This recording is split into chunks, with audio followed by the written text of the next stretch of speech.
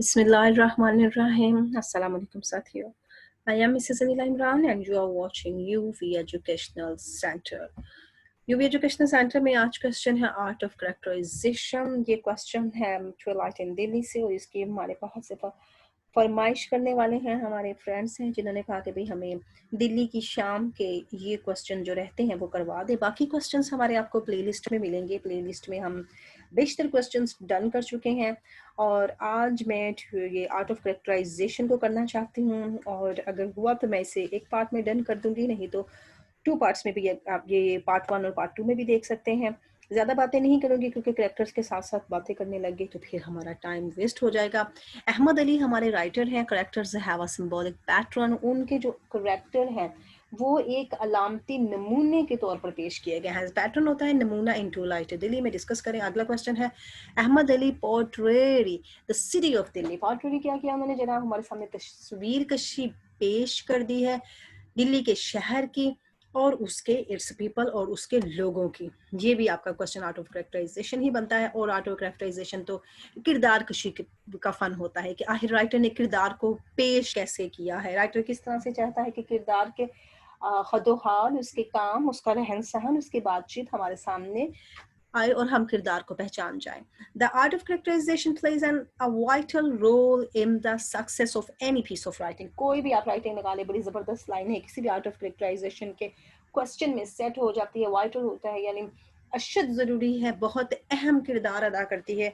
ये किरदारों को पेश करने का जो फन है कोई भी राइटिंग हो. The portrayal of any character runs at various level. मुख्तलिफ सतहों पर किरदार का जो तस्वीरी नमूना पेश किया जाता है हमारे सामने वो मुख्तलिफ सतहों पर होता है. रन्स में दौड़ता थोड़ी है, यानी वो मुख्तलिफ सतहों के लिहाज से पेश किया जाता है. Such as the physical description. एक तो उनकी जिस्मानी हालत बताई जाती है, मोटे हैं, पतले हैं, लंबे हैं, छोटे हैं, सफ़ेद हैं, काले हैं, ये सारी आप फिजिकल लगा लें. एंड साइकोलॉजिकल थॉट्स और उनके नफ्सियाती सोचें कैसी हैं, अच्छी सोच है, बुरी सोच है, वो फारगुल बाल है, किस मामले में बैठे बैठे वो बातें कर रहे हैं. और ट्विलाइट इन दिल्ली में भी स्ट्रीम ऑफ कॉन्शियसनेस का कॉन्सेप्ट आता है. प्रोसेस दिखाया जाता है, ये मरखले होते हैं and the actions one takes. और वो वाले अवामल होते हैं जो कोई भी किरदार ड्रामा या नावल या किसी भी पीस ऑफ लिटरेचर में कर रहा होता है. टेक्स्ट, एक जो टेक्स्ट होता है, ये टेक्स्ट होती हैं असली ड्रामे की वो लाइनें जो वाकई ही जिन पर ड्रामा मुश्तमिल होता है. ये तो हम एक किस्म का उसका एक्सट्रैक्ट देख रहे हैं, उसकी क्रिटिकल एप्रिसिएशन देख रहे हैं. लेकिन जो टेक्स्ट होता है ना कंपैरिजन, वो मुश्तमिल होता है बोथ दोनों के ऊपर. Round and flat characters. ये राउंड एंड फ्लैट करेक्टर्स आपको चेरी ऑर्चर्ड में भी मिलेंगे.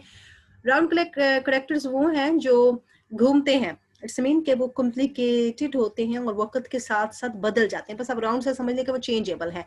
और फ्लैट जो चेंजेबल नहीं है. द मेल कैरेक्टर्स, अब इनके मर्दाना जो किरदार हैं वो क्या करते हैं इस नावल में कैरी अटमोस्ट सिग्निफिकेंस. उनकी सिग्निफिकेंस, उनकी अहमियत जो है बहुत ज्यादा है. एटमोस्ट यानी इंतहाई हद तक इम्पोर्टेंट करेक्टर्स हैं. कौन से करेक्टर? जो मेल करेक्टर्स हैं जो हमें यहाँ पर दिखाए जाते हैं. मेल करेक्टर का ताल्लुक ही थिंग्स फॉल अपार्ट में भी आता है और इन दोनों का भी क्वेश्चन बनता है, भाई दोनों का कंपैरिजन बताएं. और दोनों की खवातीन कैसी थी, दोनों के मर्द कैसे थे. थिंग्स फॉल अपार्ट और ट्विलाइट इन दिल्ली, दोनों का ही काम बनता है इकट्ठे इकट्ठे सेम इनका कॉन्सेप्ट निकल आता है. द मर्दाना यानी आदमी वाला पोर्शन, बीइंग ओपन स्पेस्ड, जिसमें जो एक खुला वाला एरिया होता है वो क्या दिखाता है, shows that male are free. भाई खुले एरिया में आजाद बैठे हुए हैं एट लार्ज, और वो ज्यादा एरिया भी उनका बड़ा एरिया है, खुला है, वो उनकी हैसियत बताता है. Almost all the male characters are conscious of their physical appearance. और अपनी जिस्मानी खूबसूरती के लिहाज से बड़े बाखबर हैं. अपने जूते, कपड़े, कल्फ लगी हो, ऐसे इस तरह किए हों और ये सज बन के जाना, क्योंकि बाहर निकलना है ना. खवातीन का कुछ नहीं, कंघी की कहीं नहीं की ना से, कपड़े प्रेस किए नहीं किए ना से. लेकिन मेल कॉन्शियस है. इंपॉर्टेंट लाइन्स आ रही हैं. They wear neat and clean clothes, sprinkle अतर. अतर को अंडरलाइन कर लेंगे, मर्दाना को अंडरलाइन करेंगे. ये दो हमारे पास उर्दू के अल्फाज आए हैं जो राइटर ने यूज किए हैं. अपने कपड़ों पर अतर छिड़कते हैं. वो इतर क्या होता है? वो जो स्प्रे की एक पुरानी शक्ल है. And usually have a cap, और एक कैप होती है ऑन देयर हेड्स, उनके सरों पर, along with the beard. Beard जो वही उनकी दाढ़ी शाड़ी होती है जो उन लोगों ने अब इस्लामिक लुक देने के लिए रखी होती है. द राइटर डिपिक्ट्स, राइटर क्या बताता है, the life of Delhi, Delhi की जिंदगी बताता है through the family of Mir Nihal. Mir Nihal के खानदान के जरिए बताता है। Mir Nihal is a protagonist of the novel. Protagonist कौन होते हैं? जो हमारे मेन किरदार होते हैं उनको प्रोटोगनिस्ट कहते हैं, और एंटागोनिस्ट कहते हैं जो इस किरदार में उसके ऑपोजिट काम करते हैं। जैसे विलन होते हैं, एक विलन होता है, एक हीरो होता है, लेकिन यहाँ पर तो कोई विलन नहीं दिखाया गया, उनको इंट्रूडर्स कहा गया, ब्रिटिशर्स को जो यहाँ पर आकर मुदाखलत अंगेजी करते हैं। ये हीरो है। Thus Mir Nihal the story becomes a journey, एक उसका सफर बन जाता है फ्रॉम द ट्विलाइट। ट्विलाइट क्या होती है? न दिन न रात, मगरिब का टाइम या जवाल का टाइम लगा ले, सुबह के वक्त और शाम के वक्त, ये चूंकि शाम का वक्त कहलाता है twilight period, through all encompassing darkness. Encompassing क्या कर रही है? अंधेरा फैल रहा है, भरते हुए अंधेरे में, क्योंकि उस वक्त डार्कनेस फैल रही है। तो ये बताते हैं कि ये उसकी सफर की जर्नी है, उसकी जिंदगी की जर्नी है। ट्विलाइट में ऐसा हो रहा है कि दिल्ली में भी डार्कनेस फैल रही है, दिल्ली के हालात भी बदल रहे हैं और मीर निहाल के अपने घरेलू हालात भी बदल रहे हैं। मीर निहाल एंड हिज फ्रेंड्स, उसके जो फ्रेंड्स हैं, ख्वाजा अशरफ अली उसके दोस्त हैं, हकीम बशीर उसके दोस्त हैं, नवाब पठान उसके वो दोस्त हैं जिसका कह के वो घर से जाता है और जाता है वो बब्बन जान के पास। और बब्बन जान कौन है? इसका हम जिक्र सुन चुके हैं इसके कैरेक्टर में कि वो इसकी एक कॉर्टियसनेस है। कॉर्टियसनेस क्या होती है? कॉर्टियसनेस किसी शख्स के साथ रहने वाली एक खास तवाइफ होती है जो इसकी स्पेशल रखेल कह लें।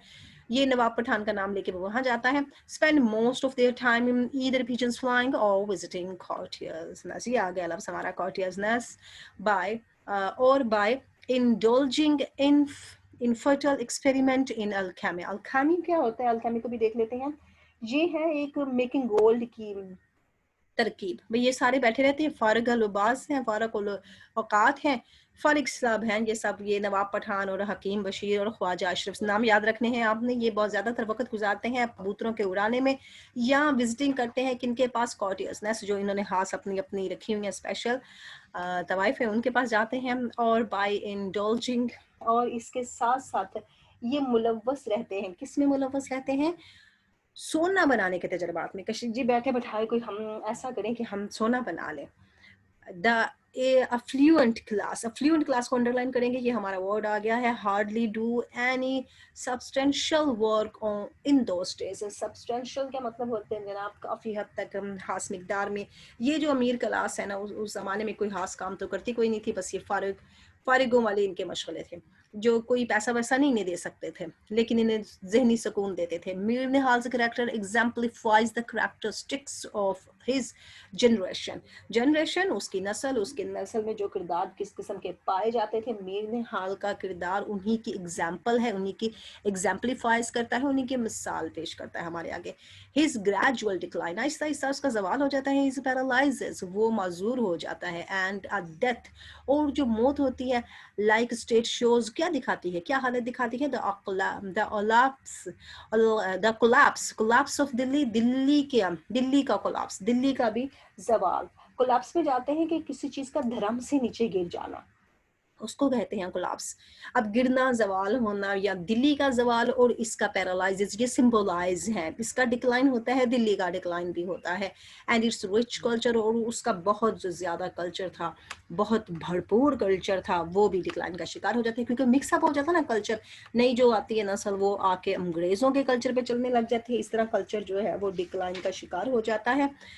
आगे चलते हैं तो बता रहे हैं, the writer has used an immense precision को अगर जाकर देखते हैं तो जनाब ये हमें हमारे मुसन्निफ ने बताया है कि जिस किस्म के भी राइटर थे, उन्होंने इसमें मसलन जिसे कह सकते हैं ना, बहुत ज्यादा तफसीलात दी हैं और क्लैरिटी दी है, क्लैरिटी की है, इनको खोल खोल कर वाजिया करके हमें बताया है। क्या? टू डिस्क्राइब, बताने के लिए मीर निहाल का करेक्टर बताने के लिए राइटर ने क्या इस्तेमाल किया? बहुत ही गहरे किस्म के और साफ किस्म के तासुरात को यूज किया है। इनके यूज करने से ये होता है कि एक अल्फाज आ जाता है हमारे सामने, तो हमारे सामने करेक्टर का पूरा नक्शा खिंच जाता है, हमें पता चल गया भी किस किस्म का, ऊंचे खदोखाल का, अपने हैंडसम डील डॉल किस्म का ये बुजुर्ग है, लेकिन बुजुर्ग लगता कोई नहीं है, उन्हें अपने आप को फिट फाट रखा हुआ है, ये बताना चाह रहे हैं राइटर। ही इज इंट्रोड्यूस्ड, उसने क्या मुतारिफ करवाया है? As a well built man, बड़ा खूबसूरत आदमी बनाया जनाब, ऑफ 60, और 60 साल की उम्र में बंदे का वैसे हाल बुरा हो जाता है, लेकिन ये 60 साल की उम्र में एक वेल बिल्ट मैन है, खूबसूरत शख्स बनाया अपने, तरोताजा तवाना जो भी आप जिस लिहाज से इसे समझ सकते हैं। वेयरिंग एंड एम्ब्रॉयडर्ड कैप, और उसने कैप कौन सी पहनी हुई है जनाब? उसकी कैप है कढ़ाई वाली। अंदाजा कर लें 60 साल की उम्र है और कढ़ाई वाली कैप है। Placed at a rakish angle. ये जो रैकिश एंगल्स होते हैं ना, ये अयाशाना और अलबेले किस्म के स्टाइल्स होते हैं, इस तरह से उन्होंने इसको यूज़ किया हुआ है। इससे भी जो आप किसी भी पुरानी फिल्म की, लखनऊ की फिल्म का कोई करेक्टर लगा लें जिसने अपने सर पर ऐसी टेढ़ी सी तिरछी सी करके कैप रखी होती है। Mir Nihal is first seen as a potent and brave man. सबसे पहले तो बड़ा ताकतवर शख्स बन के हमारे सामने आता है, बड़े ब्रेव मैन बन के सामने आता है। क्यों? क्योंकि पहले सीन में सांप की कमर तोड़ देता है, सक्सेसफुल कामयाब हो जाता है इन किलिंग द स्नेक। स्नेक को किलिंग करने में, स्नेक को मारने में, और ये ही क्लियरिटी की है, ये ही क्लियर करके वजाहत के साथ हमारे सामने राइटर ने पेश किया। इन 2 parts of the novel, novel के जो पार्ट 2 है उसमें क्या करते हैं, ही इज सीन इन, थोड़ा सा अब ये मिसप्लेस है तो अब आप इसको बजाते खुद ही कोशिश करके पढ़ सकते हैं। इंट्रोस्पेक्टिव के शख्स उसको कहा जाता है जो अपने ख्यालात, अपने एहसासात से बाखबर हो, खुद शनास हो। ये लफ्ज़ हमने मार्लो के क्वेश्चन में भी रीड किया है। इसको हम देखते हैं कि जनाब इसके पार्ट 2 में वो क्या बन जाता है, वो एक खुद शनास शख्सियत का मालिक बन जाता है। However, ताहम after the death of Babban Jaan के जनाब ये वही है जिनके पास ये जाता है। बब्बन जान के बाद इसका क्या होता है, एंड द मैस्कर। मैस्कर क्या है? मैस्कर में आ जाएगा खून रेजी और कत्लेआम जो होता है ऑफ हिज पिजन्स, उसके कबूतरों की जब कत्लेआम हो जाता है, जब कबूतरों का दरवाजा खुला छोड़ जाता है तो बिल्ली के तो वारे नियारे हो जाते हैं और कबूतरों का खूब मैस्कर करती है। मैस्कर क्या करती है? कत्लेआम करती है, खा पी जाती है उन्हें। He enters the salmon state of indifference, तो उसकी हालत बिल्कुल मुख्तलिफ हो जाती है। जब तक बब्बन जान जिंदा होती है, जब तक कबूतर जिंदा होते हैं, उसमें जवानी भरपूर रहती है। जो है ये दोनों उसकी जान होते हैं, दोनों हिस्से दूर हो जाते हैं, दोनों वफात पा जाते हैं। बब्बन जान भी वफात पा जाती हैं और पिजन बिल्ली के हथे लग जाते हैं। तो फिर इसकी हालत स्टेट ऑफ इंडिफरेंस हो जाती है। His inability to kill the cat, उसकी जो कुव्वत होती है वो कमजोरी होती है, उसकी इनएबिलिटी, वो आजिज हो जाता है कि कैट को किल करे। इंडिकेट्स, इशारा करती है हिज फेलियर के लिए, उसकी नाकामी के लिए, टू कंट्रोल हिज लाइफ, कि उसने अपनी जिंदगी को काबू जो कर रखा था उसने, वह नाकाम हो चुका है। एंड फ्रॉम हियर स्टार्ट्स, क्या स्टार्ट्स होता है? The important stage of Mir Nihal. अब यहाँ से मीर निहाल की एक गैर ताकत वाली शख्सियत हमारे सामने आती है, उसकी ताकत खत्म हो जाती है। क्यों? क्योंकि पहले वो हमें पोटेंट लगता है, पोटेंट होता है ताकतवर, अब वो क्या है? अब वो इम्पोटेंट हो गया है, गैर ताकतवर हो गया है, यानी उसकी ताकत कम पड़ गई। Ahmed Ali has shown the fatalistic attitudes of the older generation। older generation कौन है? यही है ये मीर निहाल की जनरेशन ओल्डर जनरेशन है, और इसके बेटे असगर की जनरेशन न्यू जनरेशन है। अब ये क्या है? फैटलिस्टिक है, ये नजरिया जबरियत का शिकार है, ये तकदीर परस्ती के कायल हैं, ये एक मुखलिक बिहेवियर है इनका कि जनाब ये अपनी तकदीर के कायल हैं, उसका शिकार हो गए हैं। जैसा कि Mir Nihal is seen as a passive thinker, वो बड़ा एक सुस्त सा दिखाया जाता है, भाई मैं इस बात पे अड़ा हूँ तो इसी बात पे अड़ा हुई रहूंगा। पैसिव थिंकर इस मफहूम में आ जाता है कि ये शख्स गैर मुतहर्रिक होते हैं, गैर फ़आल होते हैं। वो ये ना काम कोई नहीं करते थे, गैर फ़आल किस्म के इनके किरदार थे। इसको उसने बताया ही ब्रूड्स आवर, वो सोचता तो है लेकिन अपने ही ख्वाबों वाली दुनिया में सोचता है। द सेंसिटिव इश्यूज, वो जो हसास किस्म के इश्यूज होते हैं ना उन पर सोचता है, लेकिन कब सोचता है? जब पानी सर से ऊपर हो जाता है। Such as the rapid spread of colonialism जब फैल जाती है अच्छी खासी, जब ये देखते हैं ताजपोशी हो रही है तो उस वक्त ये सोचता है कि भाई आज से 30-35 साल पहले तो हम इनको पूछते भी नहीं थे, आज हम इन्हीं अंग्रेजों की ताजपोशी कर रहे हैं, पानी तो ऊपर हो गया सर से। But does not raise his voice, लेकिन अपनी आवाज कोई नहीं उठाता, दिल में ही बुरा कहता है, और ये बुराई को बुराई कहने की सबसे कमजोर सिफ्त है। दिल में बुराई की आगे के लिए आवाज उठाता है, लेकिन बजाते खुद किया क्या इन्होंने, इस जनरेशन ने, जब ये जनरेशन जंग थी तो उस वक्त ही अंग्रेजों का वहाँ पर आना जाना ज्यादा हो रहा था, तो इस जनरेशन ने कुछ नहीं किया। तो इनकी अपनी जनरेशन, आने वाली नस्ल जब अब इनसे बड़ी हो गई, ये बूढ़े हो गए, तो फिर हालात ऑटोमेटिकली चेंज होने थे। ही इज अफ्रेड, वो खौफजदा है, as he had witnessed the brutal massacre. वो कहता है कि मैं ये जो ब्रूटल, वही वहशी किस्म का, एक बेरहम किस्म का, मैस्कर वही है जिसे कत्ले आम, एक ब्रूटल कत्ले आम का तो वो खुद चश्मदीद गवाह है ऑफ द अफ्लुएंट क्लास, इस आला क्लास का। अफ्लुएंट वही ये जो अमीर लोग थे ड्यूरिंग द मुठानी। मुठानी क्या है? बगावत, जब म्यूटनी हो गई थी, बगावत हो गई थी, जब म्यूटनी हुई, म्यूटनी के दौरान, बगावत के दौरान, उस आला क्लास का एक तबके का जब कत्लेआम हुआ तो इसने अपनी आंखों से देखा। It is by the end of the third part, जब थर्ड पार्ट पे आ गए, ये पार्ट 2 की बात में, जब थर्ड पार्ट के एंड पे आते हैं, एंड हिज इम्पोर्टेंसी, और इसकी जो मजूरी है, इम्पोटेंसी, जब ये एक किस्म का मजूरी का शिकार हो गया, पैरालाइज हो गया, टेक्स अ फिजिकल फॉर्म, और जिस्मानी हालत में हमारे सामने पेश किया गया है, चारपाई के साथ लग जाता है, अपाहज हो गया। कैसे? क्योंकि वो हाथ पांव जो टेढ़े हो जाते हैं, वो हो गया है, से लकवा जैसे हो जाता है। Mir Nihal is attacked by paralysis, तो वो एक बीमारी, एक मजूरी का शिकार बन जाता है। Thus Mir Nihal is the most varied of all the characters, और इन सारे के सारे किरदारों में वो बिल्कुल मुख्तलिफ बन जाता है। He is an amalgam.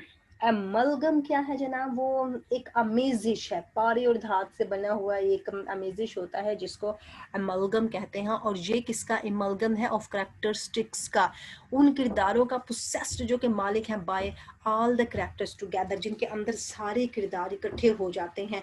Mir निहाल उन्हीं की अलामत है। सिमिलरली सीरा Ahmed Ali also has presented the picture of new generation, नई जनरेशन की उसने पिक्चर पेश की, किसके जरिए? इसके बेटे के जरिए, through the character of Asghar, Asghar के जरिए। अहमद अली क्रिटिसाइजेस, वो तनकीद करता है at the character of Asghar, Asghar के किरदार पर, इन दीज वर्ड्स, इन अल्फाज में, prevailing condition has produced a new man, इस छाई हुई हालत ने, ये जो गलबा पाई हुई हालत थी, किन की थी गलबा पाई हुई हालत? गलबा पाई हुई हालत जो फैल रही सिचुएशन थी, प्रिवेलिंग उन मफहूम में जाता है ब्रिटिशर्स की। उसमें क्या था?